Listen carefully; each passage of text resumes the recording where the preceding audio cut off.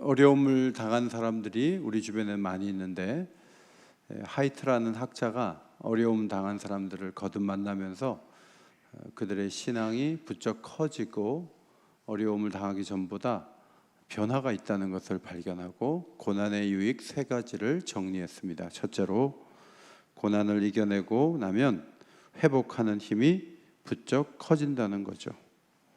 처음에 한번 이기는 것이 어렵지, 두 번째 같은 어려움이 오면 이번에 이겨낼 수 있어 하고 불안하지 않고 회복하는 쪽으로 쉽게 갈 수 있는 것은 고난당한 사람의 어떤 몸의 근육, 이기는 힘이 생기는 거예요. 로마서 5장 3절 말씀도 다만 이뿐 아니라 우리가 환난 중에도 즐거워하나니 이는 환난은 인내를, 인내는 연단은 소망을 이루는 줄 알미로다. 환난이 소망으로 연결되는 거죠. 환난을 하나도 겪어보지 못한 사람이 진정한 소망을 경험할 수는 없어요. 두 번째로, 고난은 관계를 탄탄하게 해준다는 것입니다.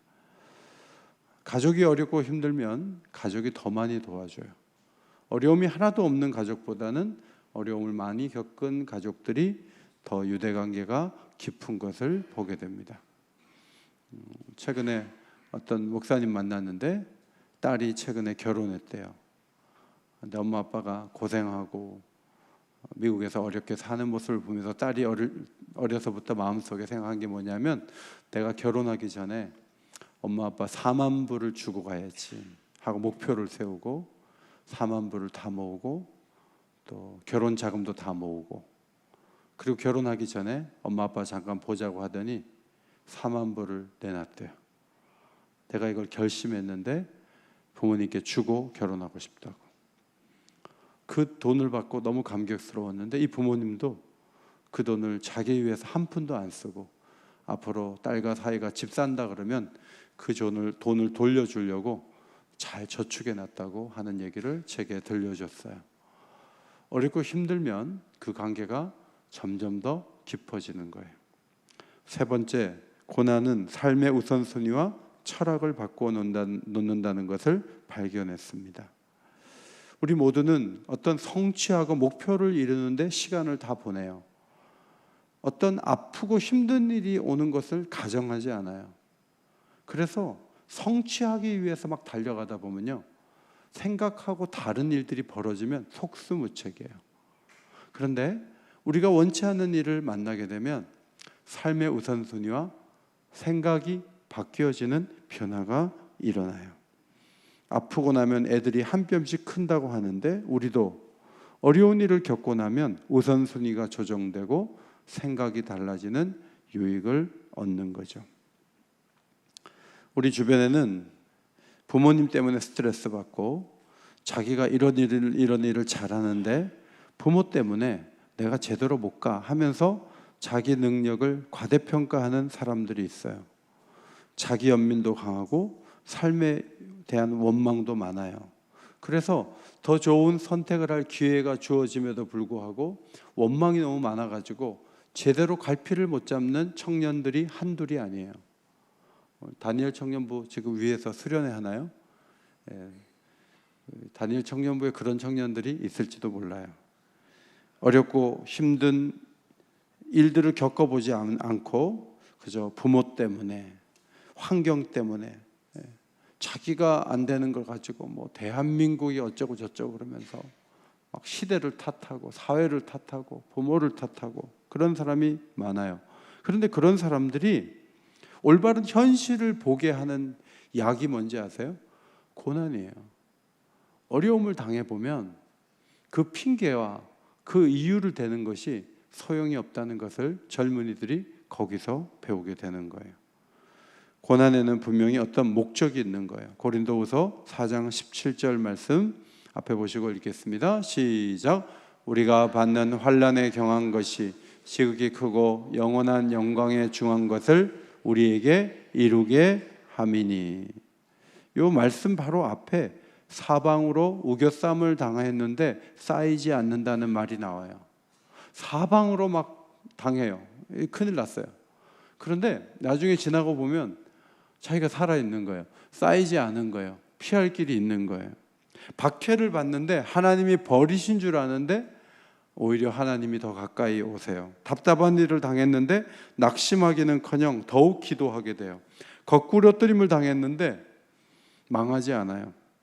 고난을 당하고 나면 이번에 태풍하고 비슷한 거예요. 저는 이번 태풍이 교회 첨탑도 쓰러진 그런 교회도 있지만, 어떤 사람은 생명을 잃기도 했지만, 생각보다 이번 태풍이 크게 우려했던 것만큼은 크지는 않게 살짝 지나간 것 같아요. 우리에게 당하는 고난도 예상으로는 이 고난이 완전히 나를 파괴하고 망가뜨릴 것 같아, 이런 생각을 하게 되지만, 지나고 나면 환난에 경한 것이 영광에 중한 것을 무너뜨리지 않는다, 영향을 주지 못한다는 것을 깨달을 수 있는 거죠. 환난은 잠시 다녀가는 태풍 같아요. 그러나 하나님의 주시는 영광은 영원하다는 거죠. 사도들은 대부분 순교를 했어요. 그러나 그들은 환난을 당하면서도 그 환난이 목숨을 끊게 하는 환난임에도 불구하고 너무 큰 것이라고 여기지 않았어요. 그래서 순교를 당하게 하는 그 사람들을 당황하게 했어요. 칼과 창은 순교시키는 사람에게 있었는데 담대한 마음과 영광을 바라보는 눈은 그 핍박을 당하는 그 사람의 마음에 있었기 때문에 그 순교하는 현장에서 더 속상한 사람들은 칼과 창을 쥔 사람들이었습니다. 영광에 중한 것을 연구해서 얻는 게 아니에요. 토론해서 결론을 내리는 것도 아니에요. 환난을 받는 그 상황과 어려움이 영광에 중한 것을 보게 하고 누리게 하는 근거가 된다는 거예요. 베드로전서 4장 13절 말씀 앞에 보시고 읽겠습니다. 시작. 오히려 너희가 그리스도의 고난에 참여하는 것으로 즐거워하라. 이는 그의 영광을 나타내실 때 너희로 즐거워하고 기뻐하게 하려 함이라.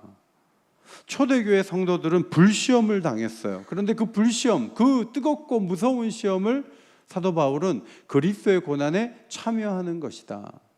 그리고 예수님이 재림하셔서 그분의 영광을 활짝 드러내실 때 너희는 그리스도의 고난에 참여한 것이 있기 때문에 즐거워하고 기뻐할 수 있다. 그렇게 해석해 주었습니다. 그리스도의 이름으로 치욕을 당하면 그러므로 복이 있다는 거예요. 예수님이 십자가에 죽으셨으니까, 우리를 위해 희생하셨으니까 그 일을 찬양합니다. 우리는 그 일을 기뻐합니다. 그 일의 혜택을 받았습니다. 자, 그것만 찬양하면 안 돼요. 언젠가 하나님께서 예수 그리스도를 보내셨을 때 그 영광 앞에서 우리가 그리스도의 고난에 참여한 것이 있는 자들이 기뻐하고 즐거워할 수 있다고 말하고 있습니다. 자식을 키워서 나중에 덕보려는 부모는 아무도 없지만, 자식의 입장에서 부모가 갑자기 돌아가신 그런 부모의 자식이 있고요, 몇 년이고 부모가 필요로 하는 일들을 해드리면서 부모를 떠나보낸 자녀가 있어요. 갑자기 돌아가신 그 부모의 자녀는 나는 하나도 고생 안 했어. 나는 부모님의 사랑만 받았어. 그리고 부모님도 갑자기 돌아가셔서 효도할 기회도 없었어. 얼마나 내게 남는 거야? 내가 얼마나 잘된 거야? 이렇게 생각하는 자녀는 아무도 없어요. 몇 날이라도 부모 곁에서 땀을 흘리고 애를 쓴 사람이 부모가 돌아가신 다음에 덜 충격을 받아요. 이런 원리는 영적으로도 성립을 하는 거예요. 하나님의 사랑에 대해서도 비슷해요. 그리스도의 고난에 참여한 사람들이 그리스도를 위해 땀 흘린 적이 없는 사람들보다 주님이 다시 오셨을 때 더 기뻐하고 즐거워할 수 있다는 것을 염두에 둔다면 고난이 오는 것은 반드시 나쁜 것은 아니다, 그렇게 볼 수가 있는 거죠. 이것은 베드로 사도의 사견이 아니라 성령의 감동 속에 영적인 세계의 현상을 말해주는 거예요. 베드로전서 1장 6절로 7절 말씀을 앞에 보시고 읽겠습니다. 시작. 그러므로 너희가 이제 여러 가지 시험으로 말미암아 잠깐 근심하게 되지 않을 수 없으나 오히려 크게 기뻐하는도다. 너희 믿음의 확실함은 불로 연단하여도 없어질 금보다 더 귀하여 예수 그리스도께서 나타나실 때 칭찬과 영광과 존귀를 얻게 할 것이니라. 여러 가지 시험이 잠시 근심도 주지만 나중에 예수님이 오시면 그것이 칭찬과 영광과 존귀를 얻는 근거가 된다는 말씀이에요. 여러분, 회사에서 서울에 있는 경찰들이 서울에만 근무하나요? 지방에도 한번 갔다 와야 돼요. 자청회사라도 갔다 와야 돼요. 그게 진급하는데 좋아요. 회사에서도 오지에 가서 뭔가 일을 하고 오면은 그것이 진급의 요인이 돼요. 그런 게 하나도 없다면 누가 오지에 가서 일을 합니까? 힘들고 어려운 시간들이 있고 해외 근무를 자청하는 이유가 뭐예요? 그 회사에서 살아남는 방법이에요. 저 직원은 좋은 자리만 노려. 저 직원은 고생은 하나도 안 하려고 해. 그러면 회사에서도 알아봐요. 예수 믿는 세계가 회사보다도 못하게 우리를 끌어가겠어요? 주를 위해서 피땀을 하나도 안 흘린 성도와 주를 위해서 고난을 당하고 어려움을 당한 성도를 똑같이 대우하겠어요? 사도 베드로는 그렇게 말하지 않아요. 이 세상에서 불평등 당하고 불이익을 당하는 것처럼 보이지만 하나님의 세계에서는 어려움을 많이 대가 지불한 사람이 더 놀라운 자리에 서게 된다는 원리는 하나님의 세계에서도 그대로 작동한다는 거예요. 만약에 이런 미래가 없다면 고난은 차별이에요. 고난은 안 당할수록 좋은 거예요. 하나님을 위해서 고통을 당하는, 어려움을 당하는 일들은 없을수록 좋은 거예요. 피할수록 잘하는 거예요. 그러나 전혀 다른 미래가 보장되어 있다면 오늘 우리가 겪는 수고와 아픔은 하나님께 더 큰 칭찬과 영광을 얻을 근거가 되는 거예요. 고흐의 작품, 베토벤이 만든 교향곡, 이런 음악의 어떤 작품을 들을 때나 또 미술 작품을 볼 때나 나는 고흐는 마음에 안 들어. 아지랑이 피는 것도 아니고 노란색으로 맨날 그렇게 하루에 한 편씩 그릴 때도 있었대요. 그게 무슨 작품이야. 한 편을 그릴 때는 한 달 내내 그려야지. 베토벤 마음에 안 들어. 그렇게 말할 수도 있어요. 그러나 고흐의 작품을 비난하거나 베토벤이 만든 교향곡을 들을 때 그게 무슨 노래야? 그게 무슨 음악 작품이야? 라고 말할수록 그 사람은 미술과 음악에 무지하다는 것을 보여주는 거예요. 위대한 작품들 앞에서는 칭송하는 것만이 우리의 수준을 보여주는 거죠. 만약에 그런 반응이 없다면 우리는 어리석은 사람이고 그 세계를 잘 모르는 사람일 뿐이에요. 내가 힘들고 어려워서 고흐의 작품이 잘 안 보여요. 음악을 들을 만한 여력이 없어요. 그건 내 사정이에요. 그 작품은 누가 봐도 귀한 것이고 그 작곡은 누가 봐도 감동을 주는 아름다운 교향곡이 되는 거예요. 마찬가지로 하나님 자신은 우리가 고난을 많이 받아가지고 하나님을 깎아내린다 그래서 깎아내려질 분도 아니고 우리가 더 올려드리고 싶다 그래서 올라가는 것도 아니에요. 하나님은 그 자체로 우리의 찬송을 받으시는 거예요. 우리 교회는 장애인들이 많아요. 그 장애인들은 장애를 갖고 있어요. 그러나 그들은 하나님을 높여요. 하나님 왜 나한테 이렇게 하세요? 이렇게 말하지 않고 하나님을 높여요. 하나님은 어떤 상황에서도 부족함이 없는 찬양의 대상이 되시는 거예요. 히브리어 영광이라는 단어는 제일가는 중요성이라는 의미가 있어요. 하나님을 영화롭게 한다는 뜻은 하나님이 제일 중요하다는 뜻이에요. 아브라함이 이삭을 낳았어요. 이삭이 생긴 다음에 하나님은 시험했어요. 지금도 내가 제일 중요하냐? 이렇게 묻지 않으시고 모리아 산에 이삭을 갖다 바치라 그랬어요. 그런데 아브라함은 하나님 줬다가 뺏으면 어떻게 해요? 줄 때는 언제고 뺏을 때는 언제예요? 하나님 왜 이렇게 하세요? 하고 저항하지 않았어요. 아내와 의논하지도 않고 어린 이삭을 데리고 모리아 산을 향했어요. 하나님께서 테스트를 하셨는데 아브라함에게는 여전히 하나님이 제일 중요한가가 한지가 드러났습니다. 아브라함은 놀랍게도 이삭을 번제로 드려서 아이가 공기 속에 다 사라진다 해도 하나님은 하늘의 별처럼 이삭을 통해서 자식을 줄 것이다. 이렇게 그는 믿고 신뢰했어요. 그 약속을 성취하실 하나님의 신실하심과 능력을 신뢰했던 것입니다. 고난을 받을 때 우리가 어떻게 하나님께 영광을 돌릴 수가 있을까요? 주일날 말씀드린 짐 엘리엇의 부인 엘리자베스 엘리엇, 그가 문자도 없는 아마존의 외딴 부족을 위해 결혼도 마다하지 않고 자신의 젊음을 바친 여성 마가렛 스파호크라는 여성 그 선교사의 삶을 소설로 만들었어요. 그래서 그 소설의 제목이 우상이 아닌 그런 제목의 책을 만들었습니다. 그 스토리는 이제 오지에 가서 문자도 없는 곳에 문자를 만들어야 되는데 페트로라는 현지인 원주민을 만나가지고 그의 도움을 얻어서 문자를 만들고 성경 번역을 시도했어요. 긴 세월 동안 성경이 어느 정도 완성이 되어가고 그는 어느 날 자신을 믿고 후원해 준 교회 여러 성도들과 그들의 기도에 감사하는 마음을 가졌습니다. 이제 성경책을 가지고 부족에게로 나아가려 할 때 페트로의 집에 도착해서 보니까 페트로가 다리에 난 상처가 있는데 감염으로 인해서 죽어가고 있었습니다. 의료 사역도 함께 했기 때문에 마가렛 선교사는 페니실린과 주사기를 가지고 주사를 놨어요. 요청에 따라 놨지만 과민 반응을 일으켜서 페트로가 죽어가고 있었습니다. 가족이 모두 달려와서 울부짖는 상황에서 페트로가 죽었어요. 그때 페트로의 부인 로자라는 여자가 당신이 내 남편을 죽였다고 소리쳤어요. 이 상황은 마가렛 선교사의 선교가 이제는 끝장났다는 것을 의미하는 것이었습니다. 마가렛 선교사는 베드로가 세상을 떠나던 날 밤 지금까지 애써오던 모든 일에 마침표를 찍을 수밖에 없는 기분을 느꼈어요.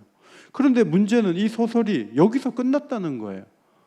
기도에서 사람이 살아난다든지 뭔가 반전이 있어야 되는데 반전이 없는, 그냥 죽어버렸어요. 그래서 이 소설을 본 많은 목사님들이 항의하는 편지를 보냈대요. 이게 말이 되는 소설을 써라. 오지에서 선교했으면 했지. 왜 이런 소설을 써서 내가 믿지도 않는 하나님을 이런 식으로 바꾸느냐라는 항의를 받았다는 거예요. 저는 이 글을 읽고 우리는 24년 전에 아프리카 땅까지 선교사를 보냈잖아요. 그런데 우리 선교사님이 선교지에 가기도 전에 차가 전복이 돼서 그 내외가 죽고 애들은 입양이 됐는데 입양이 된 아이들은 지금까지도 왜 우리가 입양하러 갔어야 했나 하고 의아해하고 힘들어한다는 거죠. 1950년도에 우리 교회는 전쟁이 난 이후에 담임 목사님이 납북이 됐어요.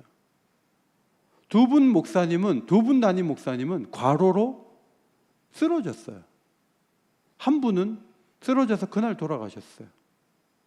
또 우리 김 목사님은 10년이나 긴 세월 동안 참 불편한 몸을 이끌고 교회에 오신 것을 기억해요. 이런 일은 너무 많아요. 이번에 캄보디아 손마가 선교사님 사역지에 갔다 왔어요. 손마가 선교사님 사모님이 몇 년 전에 우리 교육제 수련회 갔는데 돌아가셨다는 거예요. 깜짝 놀랐어요. 우리가 그곳에 갔을 때 왜 암수술을 일기 때 받지 않았냐 했더니 그 사모님이 소화를 너무 잘하시는 거예요. 그런데 수술을 받으면 소화를 하지 못하기 때문에 교회에서 소화 통역하기 위해서 자신은 이거를 안 하겠다고 해서 수술을 받지 않고 결국 암이 퍼져서 돌아가셨어요. 여러분, 그분은 손양원 목사님의 손부예요. 하나님께서 손양원 목사님 아들 두 사람이 비참하게 세상을 떠났으면 됐지. 그 손자의 부인까지도 선교지에 가서 좀 더 일하겠다고 하는데 남편이 선교사로 나가고 이분이 생활비를 벌어갖고 도왔어요. 그런데 하나님이 그분을 데려가신다? 우리가 믿는 하나님하고 좀 다른 모습이 아닙니까? 우리는 우리의 기대와 다르게 하나님이 움직이면 우리를 배신한 것으로 봐요. 그러나 마가렛 선교사는 자신이 세운 계획이 물거품이 되면서 난생 처음 자유롭게 되어 참 하나님을 경배하게 되었다는 것입니다.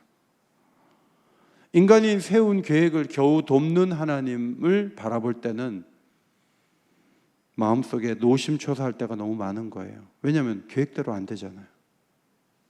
계획대로 안 돼요. 자신이 설정한 과제와 계획이 아니라 그 주님 자체의 소망을 둬야 되는데, 많은 사람들이 자기가 그려놓은 이미지를 따라 하나님의 모습을 만들어 놓는다는 거죠.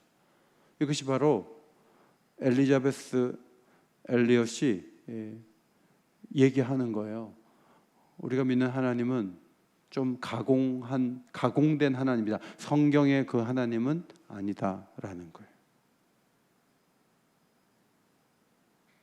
저도 오늘 권사님 한 분이 모친상을 당했는데, 인제에서 이제 그 빈소가 마련됐다는 거예요. 그걸 오늘 아침에 알았어요.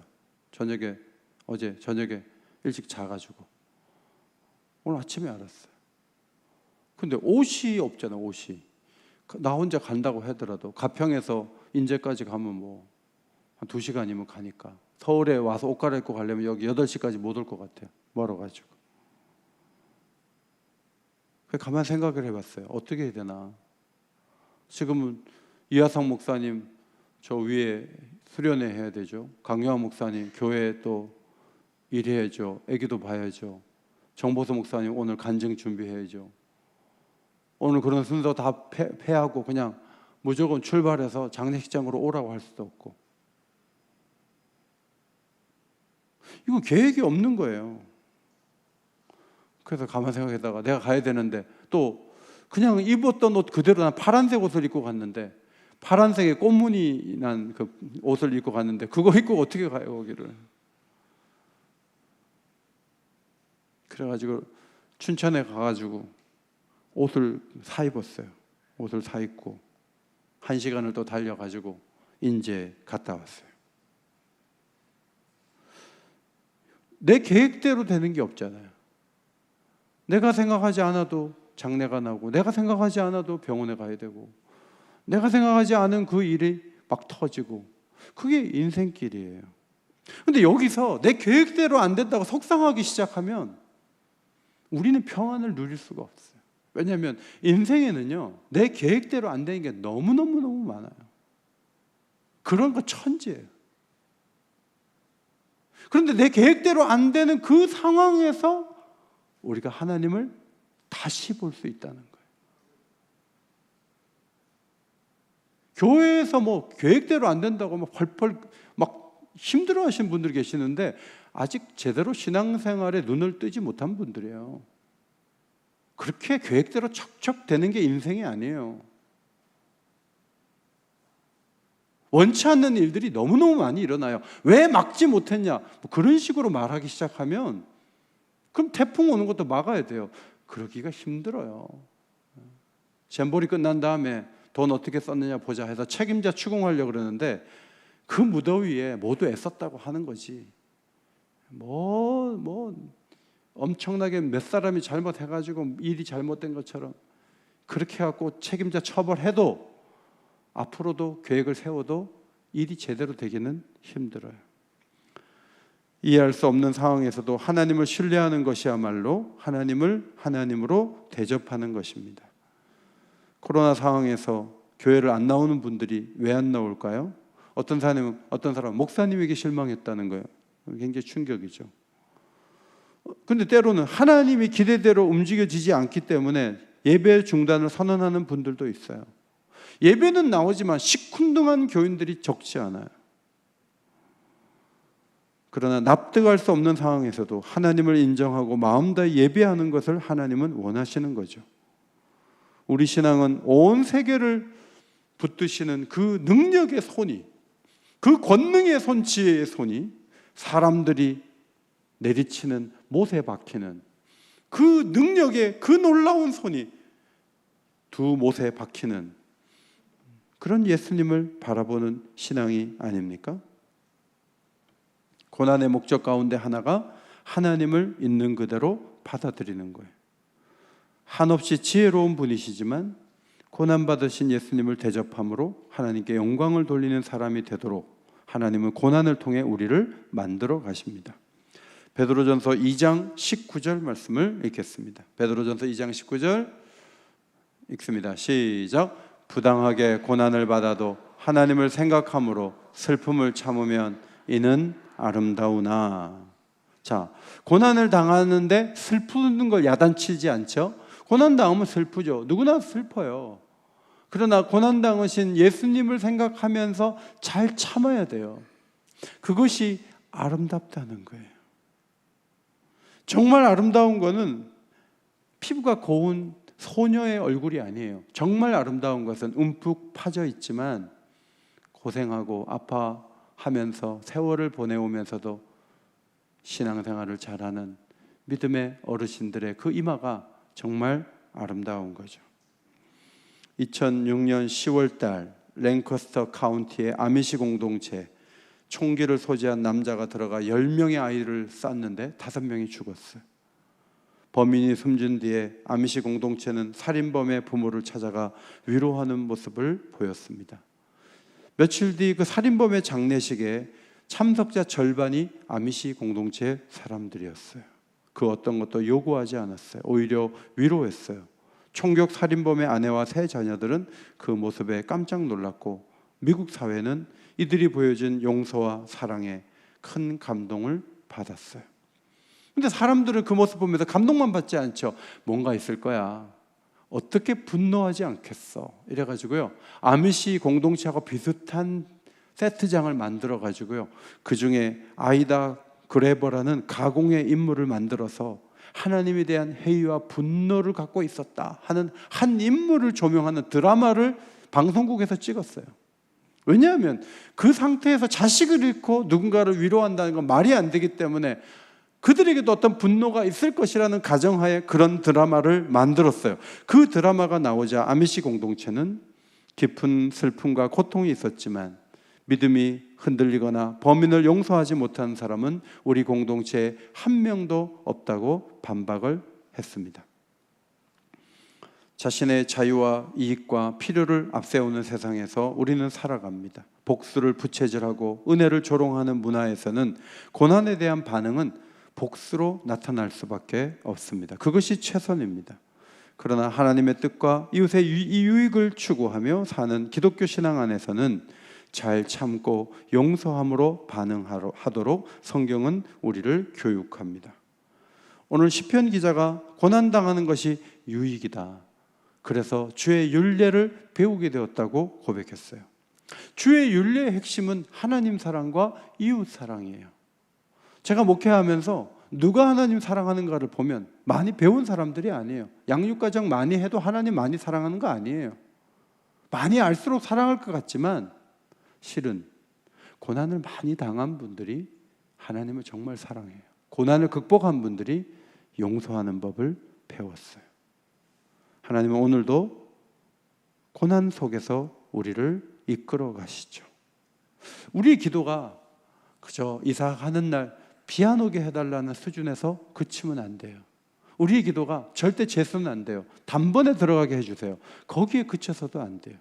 물론 하나님이 그런 기도도 들어주실 수 있지만 우리의 기도는 더 잘 참고 아프고 힘들고 어려운 그 삶의 터널을 통과하면서 하나님이 원하시는 것이 무엇인가를 깊이 묵상하고 더 좋은 모습으로 성장하는 쪽으로 가게 해달라고 우리의 기도는 그쪽 방향으로 드려져야 하는 것이 마땅합니다.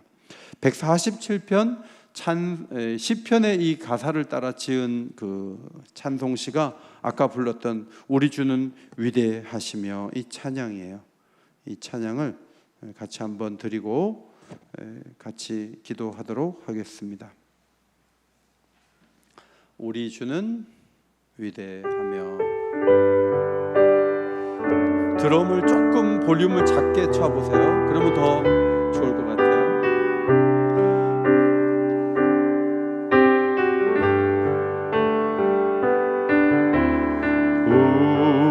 우리 주는 위대하며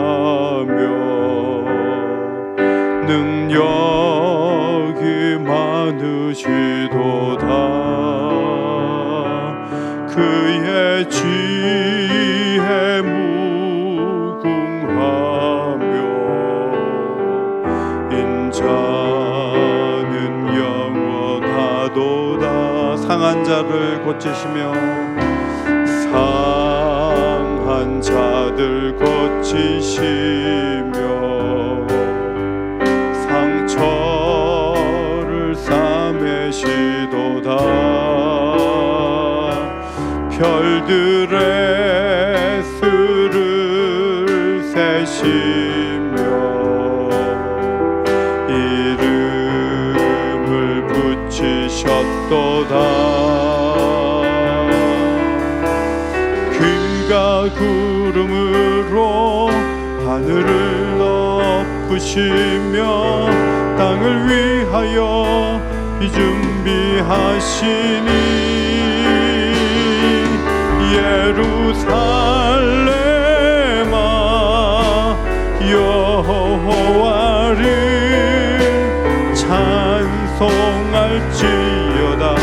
내 하나님을 감사함으로 그 앞에 나가며 주임제 앞에 경배. 그가 구름으로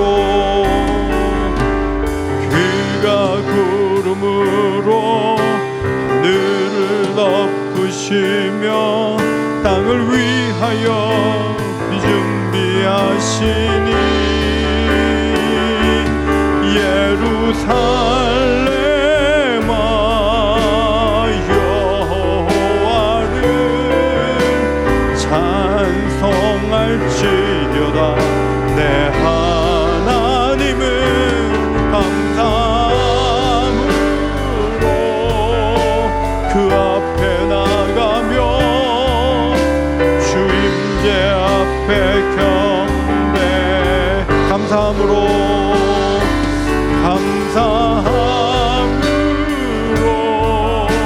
그 앞에 나가며 주임제 앞에 경배.